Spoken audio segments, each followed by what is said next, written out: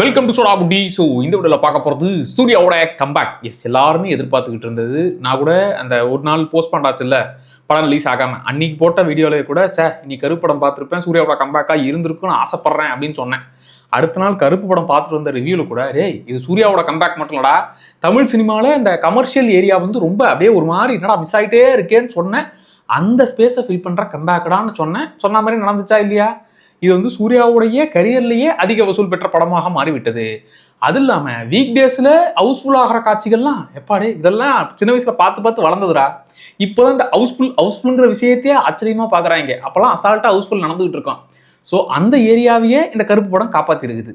எந்த அளவுக்குனா இது வந்து ஒரு பீக் சம்மர் டேஸ். இந்த டைமில் காமெடி படம், ஹாரர் படம், அது இல்லாமல் இந்த மாதிரியான ஃபேமிலி என்டர்டெயினர் படம் நிறைய வரும். அப்படியே ஃபேமிலியாக போகிறதுக்குன்னே அவ்வளோ படங்கள் இந்த சம்மர் டைமில் வரும். பெருசா படங்களே இல்லை. அந்த ஒரு விஷயத்தை இந்த கருப்பு படம் வந்து சரி கட்டுருச்சு. சரி, சில பேருக்கு வந்து ஒரு கேள்வி வரும், ஏண்டா இதுதான் சூர்யாவோட கம்பேக்கா? ஏண்டா அந்த மனுஷனுடைய லெவல் என்னன்னு தெரியுமா? சின்ன வயசுல நாங்கள் பார்த்து வளர்ந்த படங்கள்லாம் என்னன்னு தெரியுமா? அதை விட்டுவிட்டு இந்த கருப்பு படத்தை போயிட்டு பிளாக் பஸ்டர் இதுதான்டா சூர்யா கிட்ட எதிர்பார்க்கறேன்னா, இந்த மனுஷனோட பொட்டன்ஷியல் என்னன்னு தெரியுமான்ற மாதிரி ஒரு பக்கம் சொல்லுவாங்க. அது எல்லாமே கரெக்ட். அவங்க சொல்றதுல ஒரு துளி கூட தப்பு கிடையாது. ஏன்னா சின்ன வயசுல இப்போ நாங்கள் ஸ்கூல் டைம்லயோ இல்லை காலேஜ் டைம்லயோ பார்த்து வளர்ந்த சூர்யாவுடைய படங்கள்ன்றது அந்த மனுஷன் எந்த லெவல்ல இருப்பார் தெரியுமான்றது எல்லாருக்குமே ஃபீல் பண்ணுது. இந்த நடுவில் இந்த 10 வருஷம் இந்த 13 வருஷம் சாபத்தில் இருந்தவங்க தான் சூர்யா படம்லாம் ஓடுமா, சூர்யாவுக்கு ஃபேன்ஸ்லாம் இருக்கிறாங்களா, அந்த ஆளுக்கு இவ்வளோ பெரிய ஹிட்லாம் நடக்குமான்ற மாதிரி பேச்சு அடிபட்டுச்சு. இவ்வளோ ட்ரோல்ஸையுமே பார்த்துட்டு இவர் பெரிய ஆள்லாம் இல்லை போலையேங்கிற மைண்ட் செட்டில் இருப்பாங்க. ஆனால் அந்த மனுஷனுடைய பொட்டன்ஷியல் என்னன்னு அவரை பார்த்து வளர்ந்ததுனால அவருடைய பெஞ்ச்மார்க் வந்து இந்த லெவலில் இருக்குது. இப்போ விஜய் அஜித்னா ஒரு லிமிட்டுக்குள்ளே இவ்வளோதான் பண்ண முடியும். நான் அஜித் ஃபேன்பா, அதில் ஒத்துக்கிறதுலாம் ஒரு இதெல்லாம் கிடையாது. விஜய் ஃபேன் என் ஃப்ரெண்ட்ஸுமே விஜய் ஃபேன்ஸாக அவங்களுமே சொல்லுவாங்க, இப்போ நம்ம தலைவர்கள்லாம் வந்து இவ்வளோதான் பண்ண முடியும், ஒரு லிமிட் இருக்குது, அந்த லிமிட்டுக்குள்ளே 64ன்னு விளாசுவாங்க. சூர்யாவுக்கு வந்து அந்த லிமிட்டுங்கிறது கிடையாது. அந்த மனுஷனால என்ன வேணாலும் பண்ண முடியும். அண்ட் அவருடைய ஸ்கிரிப்ட் செலெக்ஷனுங்கிறது எல்லாருக்குமே ரொம்ப பிடிக்கும். அண்ட் சூர்யாவுடைய ஹேட்டர்லாம் எவனை எனக்கு தெரிஞ்சு நான் பார்த்ததில்லை. அவருடைய படங்கள் நல்லா இருக்கும். என்ன ஒன்று, அந்த ஆள் அப்போவே இவ்வளோ ஒரு பீக் லெவலை செட் பண்ணதுனால அந்த லெவலை அவரே மேட்ச் பண்ண முடியாமல் தான் தவிச்சுக்கிட்டு இருந்தாரு. அதனால இந்த கருப்பு படம் வந்து நல்லா இருக்குங்கிற லெவலு சூர்யாவோட பழைய படங்கள் அவளுக்கெல்லாம் இது கட்டாயமே கிடையாதுரா, இதை என்னமோ சூர்யாவுக்கு இதுதான் கம்பேக்குங்கிற மாதிரி ஏன்டா கொண்டாடுறீங்கன்ற கோவம் வருது. சரி, அந்த மனுஷனுடைய அந்த ஃபில்மோகிராஃபிலாம் எடுத்து பார்த்தோம்னா அதை ஏன் இவங்க எல்லாரும் சண்டை போட்டுக்கிட்டு இது ஒன்றும் கருப்பு அந்த அளவுக்கு பிளாக் பஸ்டர் இல்லைன்னு சொல்றாங்கிறத உங்களுக்கு புரியும். ஆப்வியஸா அவருக்கு வந்து ஸ்டார்டிங்ல இவரெல்லாம் பெரிய ஆள் ஆவாருங்கிற டவுட் அவருக்குமே வந்திருக்கும். ஏன்னா சூப்பர் ஸ்டாருமே காப்பானோட அந்த ஆடியோ லான்ச்சில் சொல்லியிருப்பாரு, நான் சூர்யாலாம் பெரிய ஸ்டார் ஆவான்னு நினச்சி கூட பார்க்கலன்னு. ஏன்னா அந்த அளவுக்கு ஒரு க்ளோஸ் அப் ஷாட்டில் நடிக்க தெரியல, பெருசாக ஒன்று ரியாக்ட் பண்ண முடியல, இப்படிங்கிற லெவல் தான். ஸோ அதனால அவர் மேலே அவர் கான்ஃபிடன்ஸ் இல்லாமல் இருக்கும்போது அதை பிரேக் பண்ணது நந்தா. அந்த நந்தா ஆரம்பிச்சு விட்டதுலேருந்து மனுஷன் வந்து நமக்குன்னு இது ஒரு லிமிட் தான் இருக்கு, அந்த லிமிட்டுக்குள்ள இப்ப எல்லாரும் சொல்லலாம் அவருக்குன்னு லிமிட் இல்லை, என்ன வேணாலும் அவர் பண்ணுவார், சாக்கோ பாய், ரக்கடு பாய், அந்த பாய் இந்த பாய் எப்படி வேணாலும் அவரால் பண்ண முடியும்னு இப்ப லிமிட் இல்லாம அவர் பண்ணுவாருன்னு நம்ம சொல்ல முடியும். ஸ்டார்டிங்ல அந்த மனுஷனால இவ்வளவுதான் லிமிட்டுக்குள்ள பண்ண முடியும், அதையுமே சரியா பண்ண மாட்டேங்கிறாருன்ற டவுட்லாம் வந்துச்சு. அவருடைய இந்த படங்கள்லாம் எடுத்தீங்கன்னா, நந்தா படம் வந்துச்சுல்ல, அதே வருஷம் தான் ஃப்ரெண்ட்ஸ் படம். இந்த ஃப்ரெண்ட்ஸ் படத்துல பார்த்த சூர்யாவுக்கும் நந்தால பாக்குற சூர்யாவுக்கும் அப்படியே வேற யார் இருக்காரு, அண்ணன் தம்பி மாதிரி வேற ஒரு கேரக்டர்ஸா இருக்காங்கன்னு அந்த ஒரு வருஷம் மட்டும் இல்ல, ஒரு வருஷமும் இந்த மேஜிக்கை கண்டினியூவா பண்ணிட்டு இருந்தாரு. அந்த ஒரு ஸ்ட்ரைக் ரேட்டை மெயின்டைன் பண்ணிக்கிட்டே இருந்தாரு. அதனாலதான் இப்ப எவ்வளவு கொடுத்தாலும் சார் பத்தல சார், பழைய சூர்யா அளவுக்குலாம் இல்ல சார்னு எல்லாருமே குறை சொல்றது. கரெக்டா 2001 அவருடைய அந்த கரியர் ஸ்ட்ரைக் ரேட்டுங்கிறது அப்படி ஏற ஆரம்பிச்சது. அதுல முக்கியமா ஃப்ரெண்ட்ஸ் படமும் ஆப்வியஸா அது வந்து கேங்கா ஒரு காமெடி படம். அதே வருஷம் தான் நந்தா வந்து இந்த மனுஷனால சோலோவா ஒரு மாதிரி வேற லெவல்ல கொண்டு போக முடியும்னு பெஞ்ச் மார்க்கை செட் பண்ணது. 2002 ஏதோ உன்னை நினைத்து அதுல வந்து சாக்கோ பாயா லைலாக்காக என்னங்க இப்படி எல்லாத்தையுமே வாழ்க்கையை விட்டுட்டு இப்படி ஏமாலியா இருக்கிறாருன்னு சாஃப்டா ஒரு மேல தோணுமா, டக்குன்னு அப்படியே மௌனம் பேசியது. உன்னை நினைத்து மௌனம் பேசியது பக்கத்துல வச்சிங்கன்னா என்ன இப்படி இருக்கிறாருன்ற மாதிரி மௌனம் பேசியது அவருக்குன்னு ஒரு பயங்கர ஃபேன் பேஸை கிரியேட் பண்ணுச்சு. அது ஒரு மாதிரி ஐகானிக்கான படம். அது ஒரு மாதிரி சம்மல்ல இது வரைக்குமே ஒரு சாக்கோ பாயா பெண்களுக்கு பிடித்த ஒரு ஹீரோவாக சாஃப்டான ஆளா தான் இருப்பாரு. இங்க மனுஷன் இன்னும் இதுக்குடா இந்த மானங்கிட்ட லவ் இப்படிலாம் கேட்டு பசங்களுக்கும் பிடிக்க ஆரம்பிச்சிட்டாருன்னு இப்ப அவருடைய அந்த ரூட்டுங்கிறது மாற ஆரம்பிக்குது. அடுத்து 2003 இது அவருடைய கரியருடைய உச்சம் அப்படின்னு தாராளமா சொல்லலாம். ஏன்னா ஒரு பக்கம் காக்க ஜிவிஎம் இறங்கி சார் வாங்க சார் ஒண்ணு பண்ணலான்னு காக்க அந்த ஆசிட் அப்படி மூஞ்சில அப்படி ஊத்துவாங்க, தண்ணி தான் ஊத்துவாங்களே, அந்த சீன்லாம் மறக்கவே முடியாது. எத்தனை தடவை ரிப்பீட்ல பார்த்தோன்னே தெரியாது. இப்படி காக்க பண்ணியாச்சா, அதே வருஷம் பிதாமகன். காக்கல டெரிஃபிக்கா அந்த மனுஷனோட லுக்க அப்படி ரசிச்சு பார்த்துட்டு நாங்கடா இங்க கூவி எல்லாத்தையும் வித்துக்கிட்டு இருக்காருன்னு அப்படியே சேஞ்சு. இப்ப உன்னை நினைத்து மௌனம் பேசியதே எப்படி ஒரு வேற சேஞ்சோ, பிதாமகன்னு காக்க சம்பந்தமே இல்லைங்க, ரெண்டும் ஒரே வருஷத்துல. 2004 திரும்பி அதே மேஜிக் தான் பண்ணிக்கிட்டு இருக்கிறாரு. இந்த பக்கம் பேரழகன், அது ஒரு மாதிரி ஃபன்னா, அது ஒரு ஹிட்டா. ஆயுத எழுத்து டேய் இன்னும் இந்த மனுஷன் டக்குன்னு பார்த்தா சிரிப்பு வர மாதிரி கேரக்டர் பண்றாரு, அப்படியே பார்த்தா ஆயுத எழுத்து. அது ஒரு மாதிரி ஐகானிக்கா அவருடைய கரியர்ல ஒன்று ஆக்கி விட்டுருச்சு. அடுத்து இதே விஷயத்தை எத்தனை வருஷங்க இவரும் பண்ணிக்கிட்டு இருப்பாருன்னு பார்த்தா அடுத்த வருஷம் 2005லயும் மாயாவி கஜினி. இங்க அவரை பார்த்தா தலை தலை அப்படின்னு சொல்லி அட்டகாசத்துல அஜித் பேனா அப்படியே மாசா கத்திட்டு கிடப்பாரு. அப்படியே காமெடியோட ஒரு லுக்கே வந்து சிரிப்பு வர மாதிரி தான் இருக்கும். டக்குன்னு கஜினி அந்த லுக்கெல்லாம் மறக்கவே முடியாதுடா. அது தி பெஸ்ட்ரா. நான் ரீமேக்கு எனக்கு அமீர் கானா ரொம்ப பிடிக்கும், ஆனா கஜினி ஒரிஜினல் தான் எனக்கு ரொம்ப பிடிக்கும். அடுத்து 2006 சில்லுன்னு ஒரு காதல். இப்பவே இவருடைய ஒரு வருஷத்துல என்னென்ன மாதிரியான படங்கள் வந்திருக்குன்னு தெரியுதா? வருஷம் சூர்யா படமா அந்த மனுஷன் ஏதாச்சும் ஒன்று பண்ணுவாரு, அதுலயும் ஒரே வருஷத்துல 2 வேற வேறையா பண்ணுவாரு. இப்படி இவருடைய கரியருடைய அந்த ஸ்ட்ரைக் ரேட்டு, இவருடைய ஸ்கிரிப்ட் செலக்ஷனும் பாத்தீங்களா, வெறும் மாஸ் காட்டுற ஹீரோயிசம் காட்டுற படங்கள் மட்டும் இல்ல, ஒன்னு வேற வேற டைப். காக்க நீங்க மாஸ் வெர்ஷன் வச்சுக்கிட்டாலும் பிதாமகன்ல என்ன மாசு, அப்படியே பேரழகன்ல என்ன மாசு இருக்கு, அது ஒரு கேரக்டரா எடுத்து பண்றாரா இல்லையா? ஸோ 2001ல ஆரம்பிச்சது அப்படியே வருஷம் வேற வேற வெரைட்டில கொடுத்துட்டு இருக்காரு. ஸ்கிரிப்ட் செலக்ஷன்ல டாப்ல இருக்கிறாரு. வர ஒண்ணுமே அப்படி வேற மாதிரி இருக்கு. அடுத்து 2007 எஸ் இன்னும் ஃபேமிலி ஆடியன்ஸுக்கு சார் நான் இருக்கிறேன் சார், அந்த ஃபேமிலி ஆடியன்ஸ்லாம் நான் ஃபேமிலிக்குள்ளே உங்களை கொண்டு போய் சேர்த்துறேன்னு வேல் படம். அதெல்லாம் எத்தனை தடவை ரிப்பீட் வேல்யூ இருக்கிற படம் தான். அடுத்து அப்படியே 2008 பார்த்தீங்கன்னா வாரணமாயிரம். 2006 சில்லுன்னு ஒரு காதல். அது இந்த காலேஜ் மச்சா எங்க வச்சான்னு அது ஒரு காலேஜ் கேங்கு. அடுத்து ஃபேமிலிக்கு. அடுத்து வாரணமாயிரம்லாம் வந்து பல பேர் ஜிம்முக்கு போன காரணமே அந்த படம் தான்டா. இப்ப புரியுதா? 2001 இந்த மனுஷன் என்ன மாதிரியான படங்களை கொடுத்துட்டு வந்துட்டு இருக்காரு. இப்ப அந்த டைம்ல ஸ்கூலோ காலேஜோ படிச்சுட்டு இருக்கிறவங்களுக்கு சூர்யா படம்னா ஒரு இமேஜ் எப்படி இருக்கும்? இப்ப நீங்க ரீசெண்டா பார்த்த சூர்யா படங்கள், சூர்யாக்கெல்லாம் படம் இருக்கா, ஃபேன்ஸ் இருக்காங்களான்னு கேக்குறீங்க தெரியுமா? அந்த டைம் பீரியட்ல இந்த வருஷம் சூர்யா படங்களே பார்த்து வளர்ந்தவனுக்கு அவன் மைண்ட் செட் எப்படி இருக்கும்னு யோசிச்சுக்கோங்க. அவன் ஏன் சூர்யாவுடைய நான் இத்தனை வருஷம் ஆனாலும் வெயிட் பண்றேன்னா சூர்யா கம்பேக் கொடுப்பாரான்னு காத்துட்டு இருப்பாங்கிறதுக்கு இதெல்லாம் எக்ஸாம்பிள். அடுத்து 2009 எனக்கு வந்து இந்த காக்க பிதாமகனை விட அதை தாண்டிலாம் நான் சொல்லலை, ஆனால் அதே மாதிரியான ஒரு பெஸ்ட் வருஷம் வந்து 2009 அயன் படம். கமர்ஷியல்ல இதாண்டா பெஞ்ச் மார்க்கு. அது நீங்க ஹெய்ஸ்ட் படம் சொல்லுவீங்களா, என்ன படம் சொல்லுவீங்க? மாஸ் கமர்ஷியல்ல அதுக்குன்னு ஒரு தனி பெஞ்ச் மார்க் தான் கேவி ஆனந்த் வந்து இறங்குறாரு. நான் பார்த்துக்கிறேன்டா ஒன்று பண்றேன்டான்னு சொல்லி அயன் படம். ஆதவன் படம் எனக்கு ஒரு ஓகே லெவல் தான், ஆனால் வந்து அதான் எனக்கு சூர்யா கிட்ட ஒரு ஃபிளாப் படமாவே இருந்தாலும் அது ஒரு தடவை பார்க்கக்கூடிய வகையில ஃபேமிலியா என்டர்டெயின் பண்ணக்கூடிய வகையில ஒரு படம் இருக்கும். அவருடைய படம்லாம் சொதப்பாதுப்பா, அந்த மனுஷன் ஏதாவது சொதப்புவாரா, அந்த மனுஷன் பார்த்து ஒரு கதையுமே தேர்ந்தெடுப்பாருப்பான்ற ஒரு இமேஜை ஆல்ரெடி கிரியேட் பண்ணி வச்சுக்கிட்டாரு. அடுத்து 2010 சிங்கம்.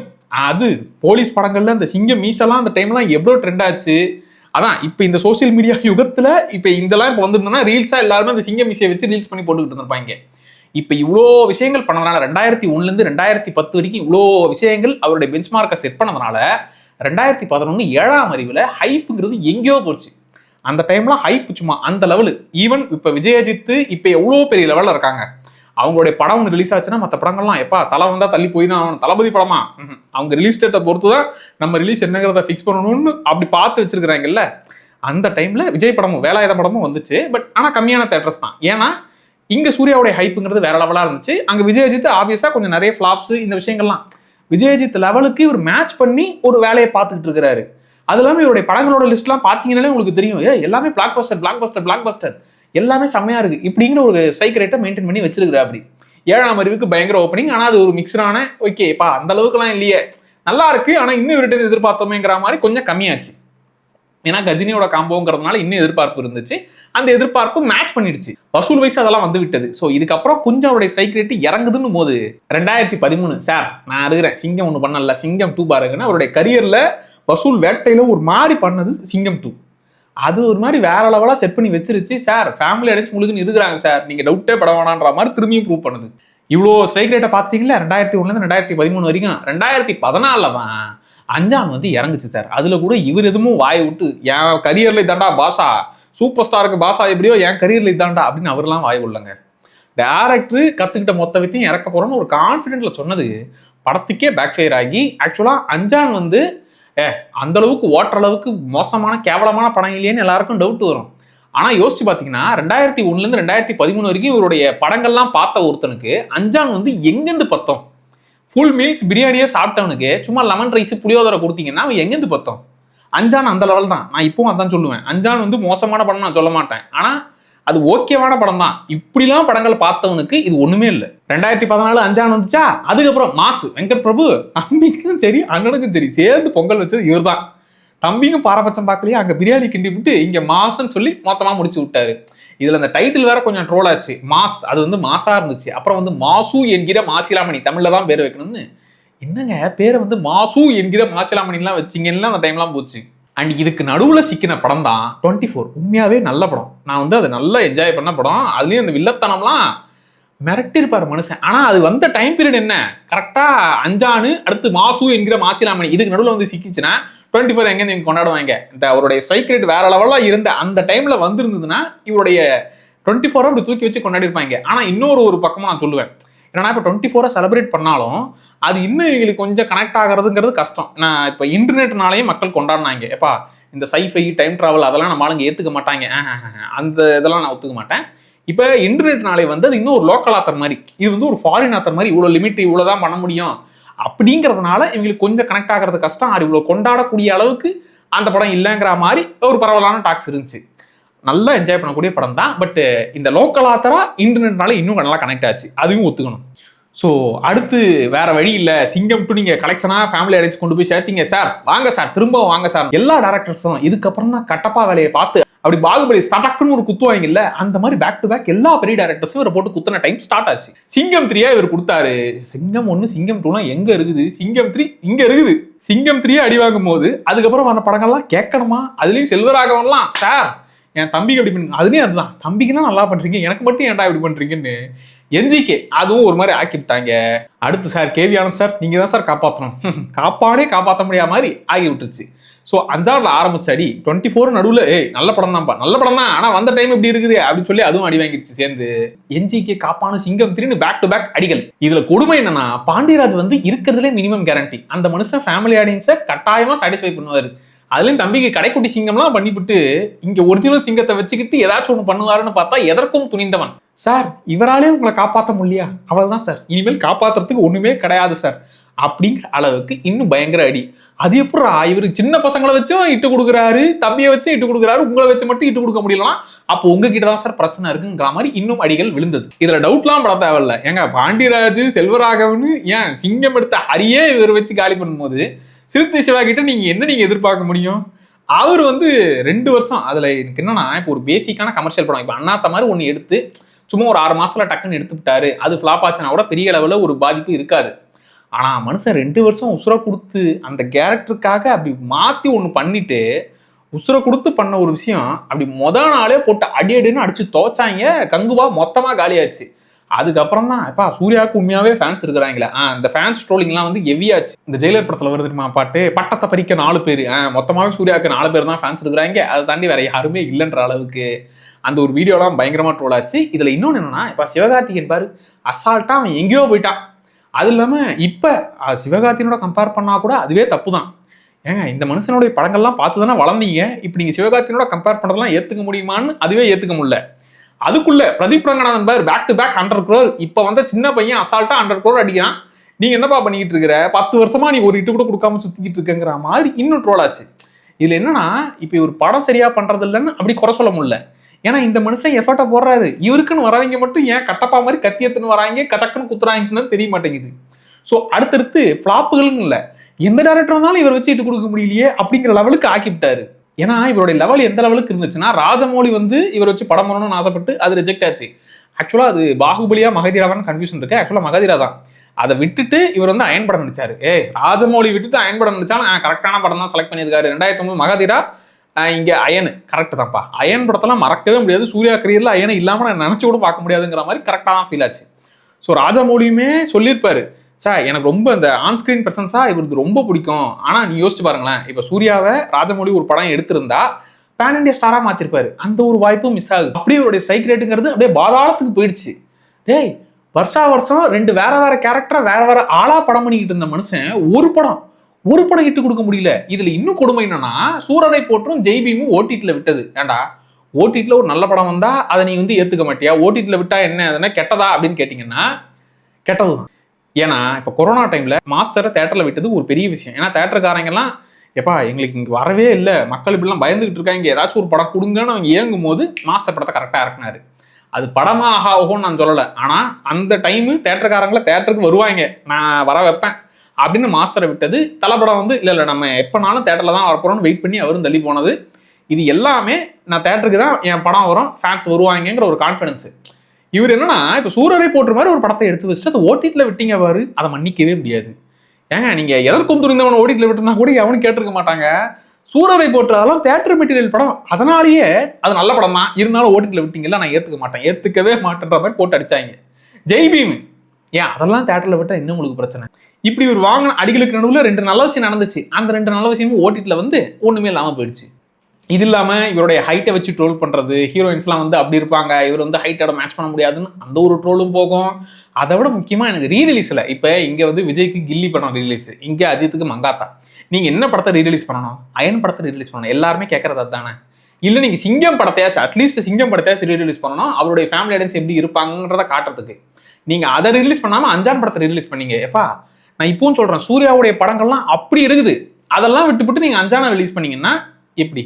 அதனாலேயே இவங்களுக்கு வந்து முடிவே பண்ணிட்டாங்க, சூர்யாவுக்கு ஃபேன்ஸுங்கிறதே இல்லை. அதெல்லாம் ஒரு காலத்தில் முன்னொரு காலத்தில் இருந்தாங்க, சூர்யாவுக்குலாம் ஃபேன்ஸ் இருப்பாங்களா அளவுக்கு ட்ரோல் பண்ண ஆரம்பிச்சாங்க. ஸோ இத்தனை விஷயங்கள் இப்போ இவருடைய அந்த கரியருடைய உச்சத்தை அப்படியே அதில் பாதாளத்தை ரெண்டுத்தையும் பார்த்துட்டீங்களா? இப்போ சொல்லுங்க, இந்த கருப்பு படம் வரும்போது, இந்த கருப்பு படம் இவ்வளோ கொண்டாடிக்கிட்டு இருக்கிறது வீக் டேஸ்லையும் ஹவுஸ்ஃபுல் ஆகிறத பார்க்கும்போது, அவருடைய கரியருடைய உச்சத்தை பார்த்தவங்களுக்கு, அந்த மனுஷன் வருஷம் கொடுத்தாலே வெயிட்டாக தாண்டா கொடுப்பாருன்னு பார்த்தவங்களுக்கு கருப்புங்கிறது ஒண்ணுமே கிடையாது. சும்மா அப்படி ஓகே அப்படின்னு தோன்ற அளவுக்கான படம் தான். ஆனா என்ன பொறுத்த வரைக்கும் இவருக்கு இப்படி ஒரு பிளாக் பஸ்டர் வேணும்னு நான் ஆசைப்பட்டேன். அந்த ஒரு விஷயம் கருப்புல நடந்துச்சு. கமர்ஷியலுடைய மேஜிக்கே அதுதான். தமிழ் சினிமால இந்த ஒரு கமர்ஷியல் படங்களுடைய மேஜிக் எல்லாரும் கொண்டாடி தீர்த்துருவாங்க. அதுல சில பல குறைகள் இருந்தாலுமே அதெல்லாம் மறந்து என்ஜாய் பண்ற மொமெண்ட்ஸ் இருக்குதா, அப்ப நான் என்ஜாய் பண்ணுவேன்பான்னு கொண்டாடி தீர்த்துருவாங்க. அது கருப்பு படத்துல நடந்துச்சு. கருப்பு படம் சூர்யாவுடைய பெஸ்ட் படமான்னு கேட்டீங்கன்னா கண்டிப்பா கிடையாது. அவருடைய பெஞ்ச் மார்க்குங்கிறது அங்க இருக்குது. அதோடைய கருப்பு படத்தை வச்சிங்கன்னா அது இங்கதான் இருக்கும்.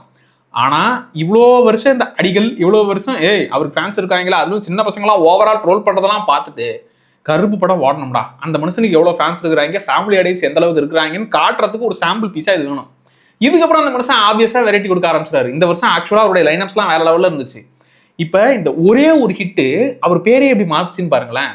இப்போ இந்த ஒரு ஹிட் இந்த கருப்பு படத்துக்கு முன்னாடி வரைக்கும் அடுத்து விஸ்வநாதன் சன்ஸ், அப்புறம் இந்த ஆவேசம் டைரக்டரோட பண்றது, மனுஷன் தமிழ் டைரக்டர் வச்சே ஒன்று ஹிட் கொடுக்க முடியல, இல்ல மலையாள டைரக்டர் தெலுங்கு டைரக்டர்னு எதுக்கு ஒரு ஹிட்டுக்காக மனுஷன் எப்படி எல்லாம் சுத்திட்டு இருக்காரு பாரு அப்படின்னு பேசிட்டு இருந்தாங்க. கருப்பு படம் ஹிட் ஆனதும் பாத்தியா பழைய சூர்யா இஸ் பேக், வெரைட்டியா படம் கொடுக்க ஆரம்பிச்சிட்டாரு, சூப்பர்ரா, ஒரு மாஸ் ஆக்ஷன் படம் கொடுத்தாரு, அடுத்து ஒரு சாஃப்டான படத்துக்கு வந்துட்டாரு, ஆவேசம் டைரக்டரோட வித்தியாசமா ஒன்று பண்ணுவாரா அப்படின்ற மாதிரி இப்போ பேர் மாறிடுச்சு. ஸோ ஒரே ஒரு ஹிட் தான். ஸோ சூர்யாவுடைய அந்த லெவலு உண்மையாவே சூர்யாவுக்கு மார்க்கெட் இருக்கா, சூர்யாவுக்கு ஃபேன்ஸ் இருக்கிறாங்களா இப்படிங்கிற அந்த கேள்விகள்லாம் ஹெவியாச்சுல்ல, அதெல்லாம் இருக்குடா, அந்த மனுஷனுடைய லெவலே எங்கேயோடான்னு ப்ரூவ் பண்றதுக்கான ஒரு பயங்கர ஹிட்டா இந்த கருப்பு படம் அமைஞ்சுது. அந்த வகையில ஐ எம் ஹாப்பி.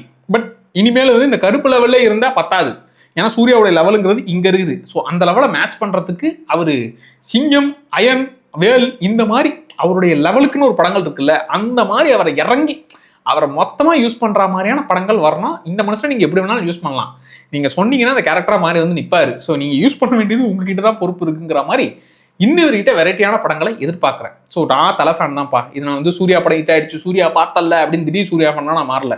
நான் கடைசி வரைக்கும் தலை ஃபேன் தான், என் ஃப்ரெண்ட்ஸ் கடைசி வரைக்கும் விஜய் ஃபேன் தான். ஆனா சூர்யாவுக்கு அவருக்கு ஒரு பயங்கர ஹிட் வேணும்னு எல்லாருமே ஆசைப்படுறோம். சூர்யா அந்த ஹிட்டுக்கு தகுதியானவர், ஒரு பிளாக் பஸ்டர் வேணும்னு இப்போ விஜய் அஜித் ஃபேன்ஸ் பேசினாலுமே கூட சூர்யாவுக்கு ஒரு படம் வரணும்பா அப்படின்னு எல்லாருமே பேசுவாங்க. அந்த ஒரு விஷயம் அந்த கருப்பு படத்தில் நடந்துச்சு. ஸோ அதுதான் நான் கிளாரிஃபை பண்ணணும்னு நினச்சேன். ஸோ இது ரேண்டாவே அவருடைய கரியர் எப்படி இருந்துச்சுன்னு சொல்லணுன்றதுக்காகவே இந்த வீடியோ பண்ணணும்னு ஆசைப்பட்டேன். ஸோ நீங்கள் சொல்லுங்கள், உங்களுடைய சூர்யா படங்களில் எந்த படம் வந்து தேட்டர் எக்ஸ்பீரியன்ஸாக அதெல்லாம் நான் மறக்கவே மாட்டேன், அந்த மனுஷனுக்கு இப்படி ஒன்று நடந்துச்சு பாரு, நான் ஹாப்பிடா அப்படின்னு நீங்கள் நினைக்கிறத எனக்கு கமெண்ட்டில் சொல்லுங்கள். அதை நானும் தெரிஞ்சுக்கிறேன். மறக்காம சோடா புடி சேனலை சப்ஸ்கிரைப் பண்ணிக்கோங்க. Tata bye.